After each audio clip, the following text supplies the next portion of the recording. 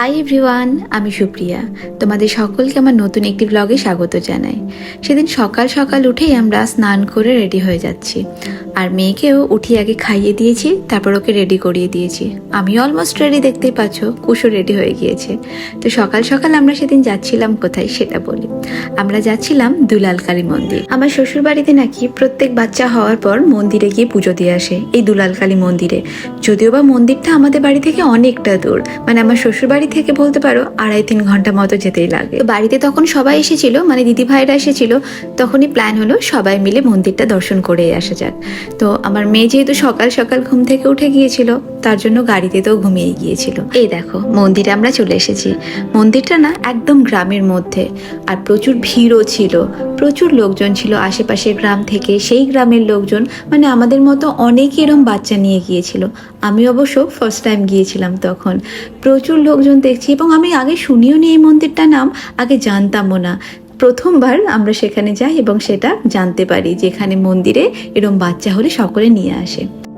এই মন্দিরে না সকলের চুল মানে নাড়া করে সেই চুলটা এই মন্দিরের পেছনে একটা গাছ আছে সেখানে দিয়ে দেয়। আমি আর কুছ তখনই ঠিক করেছিলাম যে আমাদের মেয়ের নাড়া মাথা আমরা 1.5 বছর পর করাবো। যেহেতু মাথার ওপরের জায়গাটা তখনও শক্ত হয় না, একটু নরম থাকে। যতদিন না সেটা শক্ত হচ্ছে, মানে ওই 1.5 বছর পার করে বলতে পারো, ততদিন নাড়া করাবো না। ডক্টররাও এটা বারণ করে থাকে, নাড়া করাতে গিয়ে যদি খুঁটটা লেগে যায়, কেটে যায়, কেলেঙ্কারি হয়ে যাবে। এখানে এসে সবাই মন্দিরে চুল দান করছিল, মানে নাড়া করিয়ে। কিন্তু আমার মেয়ে তো নাড়া করাবো না, তো মামাই আগেই বলে রেখেছিল একটু চুল যদি কেটে রাখো সেটা রাখ। ওর চুলে না জোট হয়ে গিয়েছিল, তো তার জন্য আমি কিছুটা কেটে রেখেছিলাম। কিন্তু যা হয় আর কি, মন্দিরে আসার সময় আনতে ভুলে গিয়েছি। তো এখানে এসে পেছন থেকে ওই সামান্য একটু চুল কেটে এই গাছের এখানে দিয়ে দিল। যাতে কি হলো, আমার আশাও হলো এবং সেখানে একটু চুল দেওয়াও হলো, কিন্তু নাড়াটা আমি করাইনি তখন। অনেকক্ষণ আগে এসেছিলাম মন্দিরে, কিন্তু এত ভিড় ছিল মন্দিরে ঢুকতে পারিনি। এবার একটু একটু ফাঁকা হচ্ছে, আর মাম্মাম বলছে দাঁড়া দাঁড়া, ঢুকবো এবার নিয়ে যাব। তো একটু একটু করে আমরা এগোচ্ছি, আমরা পেছনেই দাঁড়িয়েছিলাম, আর কুশ মেয়েকে নিয়েছিল। প্রচণ্ড গরম ছিল তখন। তো এই যে আসলাম আলটিমেটলি মন্দিরের ভেতরে। এখানে না কোনো মূর্তি নেই, আমিও ফার্স্ট টাইম দেখলাম কোনো মূর্তি নেই। এই যে গাছটা দেখছো, এখানেই পুজো হয়, সারাদিন ধরে পুজো চলে। তো এই যে এবার মেয়েকে নিয়ে যাচ্ছে ওখানে, জাস্ট একটু ওকে শুইয়ে দিয়েছিল, ওখানে ওকে একটু বসিয়ে দিয়েছিল, একটু প্রণাম করিয়ে নিয়েছিল, ব্যাস এটুকুই।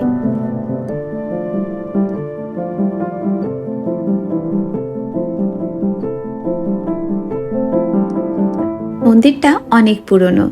গাছটা দেখলেই বুঝতে পারবে কত পুরনো গাছ এবং কত দিন ধরে এখানে পুজো হচ্ছে। কিন্তু আমার সেটা ফার্স্ট টাইম ছিল, আমার মেয়েরও বলতে পারো ফার্স্ট টাইম। তো সকলে মিলে আমরা এসেছিলাম, সারাটা দিনের ব্যাপার। যেহেতু অনেকটাই ডিস্টেন্স বাড়ি থেকে, সকালবেলায় বেরিয়েছিলাম এবং ফিরতে ফিরতে সন্ধে হয়ে গিয়েছিল। মাম্মামদের এক আত্মীয়র বাড়ি এই মন্দিরের পাশেই। তো তারপর আমরা ঠিক করলাম এখানে তো অনেকক্ষণ থাকা হলো, ওই 1 ঘন্টার মতো একটু রেস্ট নেব, তো তার জন্য সেই আত্মীয়র বাড়ি যাওয়া যাক। তো সবাই মিলে আমরা চলে গেলাম ওখানে, কিছুক্ষণ রেস্ট নিলাম, মেয়েকে খাইয়ে দিলাম, ঘুম পাড়িয়ে দিলাম একটুখানি। এগুলো করার পর এবার বাড়ি যাওয়ার পালা। বিকেল হয়ে গিয়েছিল, বেশি লেট করলে বাড়ি যেতে রাত্রি হয়ে যাবে। তার জন্য এবার আশেপাশের গ্রামটা একটু ঘুরে ঘুরে দেখলাম। খুব বেশি দূর যায়নি, আশেপাশের ওই অনেক দিন পর কোথাও গেলে এর বাড়ি তার বাড়ি এগুলো মনে পড়ে। একবার তো দেখা করে আসতেই হবে। বাড়িতে মা, পিসি, দিদি এরা যদি থাকে তাহলে অবশ্যই যাবে, এবং সেই চক্করে আমরাও এর বাড়ি তার বাড়ি একটু ঘুরে আসলাম। খুব বেশি বাড়ি যায়নি যদিও বা, তাতেই দেখবে প্রতি বাড়িতে 10-15 মিনিট করে হয়েই যায়। তো যাই হোক, আলটিমেটলি আমরা ওখানে একটু খাওয়া দাওয়া করে নিয়েছিলাম। মেয়ে তো আবার গাড়িতে ঘুমিয়েই পড়লো, কারণ ওকে না ঘুম থেকে উঠিয়ে দিয়েছিলাম বাড়ি আসার জন্য। তার জন্য ওর ঘুমটা তখন হয়নি, ওই 10-15 মিনিটের ন্যাপ নিয়েছিল, তারপর এই গাড়িতে ঘুমোচ্ছে। আর সকলে কেমন টায়ার্ড দেখেছো, মামাম বাবু সকলে ঘুমিয়ে পড়েছে। ফেরার সময় একটা ধাবায় বসে চা, লস্যি, আইসক্রিম, যার যেটা খাওয়ার ইচ্ছে হলো, পান, সব ইচ্ছে মতো খেয়ে নিল। একটু ওখানে রেস্ট করা হলো, প্লাস একটু এনার্জি গেইন করা হয়ে গেল বলতে পারো। তারপর গাড়িতে উঠে আবার রওনা দেওয়া। আর কন্টিনিউ গাড়িতে বসে থাকতে থাকতে বাচ্চাগুলো বোর হয়ে গিয়েছিল, তো ওদেরও ভালো হলো, একটু নেমে হাঁটাহাঁটি করলো, ঘোরাঘুরি করলো, খাওয়া দাওয়া করলো, রেস্টও নেওয়া হয়ে গেল। আমাদেরও ভালো হলো, ওদেরও ভালো হলো।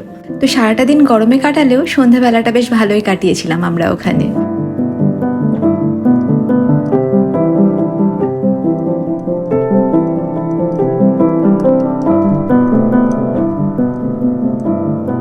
আর এই যে তানির বয়স 8-9 মাস বলতে পারো। আর আইসক্রিম খাওয়ার জন্য বায়না দেখেছো, খাবেই। ওর মুখ থেকে যতবার সরিয়ে নেওয়া হচ্ছিল ততবার কাঁদছে। কিন্তু এইটুকু বাচ্চা আইসক্রিম দেওয়া একদমই উচিত নয়, তার জন্য কাঁদলে কাঁদুক, কিন্তু দেওয়া তো যাবে না।